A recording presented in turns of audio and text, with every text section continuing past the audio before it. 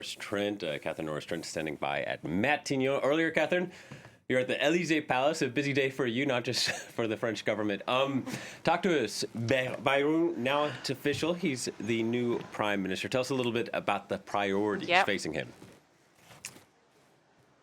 Yeah, we just jumped across the River Seine in a taxi because this is where François Bayrou will officially take over as Prime Minister in a ceremony. We believe that's due to be happening shortly. The red carpet's all ready for that.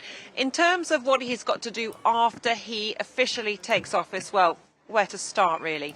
Basically, his first task will be to form a government and keep it in power without it being toppled again, because, you know, we're trying to do the parliamentary maths on the hoof here, but he won't, it seems, have a majority government in parliament. No party or group of parties has an overall majority, so they're going to be relying on the support, tacit or explicit, of other groups, be they to the left, we're thinking about the Socialists, the Greens, or to the right, the conservative Les Républicains party. And what about the National Rally of Marine Le Pen? They've indicated that they won't automatically vote him down. They don't want to be seen as irresponsible, voting down every government that comes to power, of course. So he's got to form a government and keep it in power. If he can do so, there are key pieces of legislation to get through, such as, what about the French budget?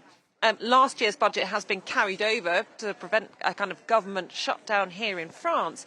But in terms of going forward, you know, Michel Barnier was trying to fill a 60 billion euro black hole. So, you know, France has got to get a budget from somewhere, and its deficit for 2024 was at more than 6% of GDP. That's more than double the level allowed by the EU to try and keep the Eurozone stable. So financial measures are going to need to be taken, and they're not going to be easy. So will that be tax rises or spending cuts? Either way, someone's not going to be happy, be it on the left or the right. So it's a very, very difficult balancing act to take. And then, you know, not speaking about the budget, there's things like pension reforms, very, very controversial here in France. And what about the immigration situation? We know that Marine Le Pen would love to run for president in 2027 if she's not banned from taking office with her legal troubles continuing. So the French government, Emmanuel Macron, has wanted to do something about cracking down on immigration. But that will likely be very controversial with the left-wing party. So it's a very, very difficult bit of a balancing act that François Bayrou will have to undertake now.